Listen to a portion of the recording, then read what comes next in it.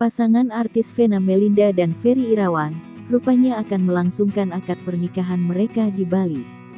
Vena berujar akad tersebut akan digelar di pinggir pantai Bali. Keduanya saat ini tengah terbang ke Bali untuk mengecek tempat tersebut.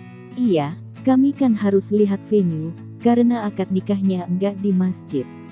Jadi akad nikahnya ba'da asyar terus di pinggir pantai. Kami sama WO, nanti, baru mau datang mau lihat situasinya, kata Vena saat hendak terbang ke Bali di kawasan Halim Perdana Kusuma, Senin, tanggal 24 Januari tahun 2022. Vena sedikit memberikan bocoran bagaimana ketika prosesi akad nikah berlangsung. Kalau kami menikah di pinggir pantai, meja, penghulunya harus datang ke tempat acara, abis itu langsung lanjut ke resepsi.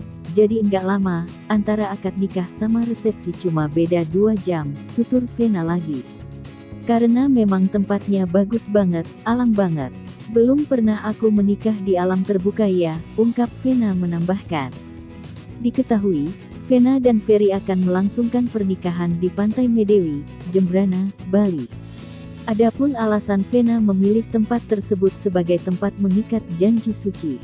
Karena saya orang Bali, impian saya dari dulu kalau mau menikah harus di Medewi itu, ucap Vena lagi. Selebihnya Vena Melinda dan Ferry Irawan belum dapat membocorkan tanggal pernikahan mereka.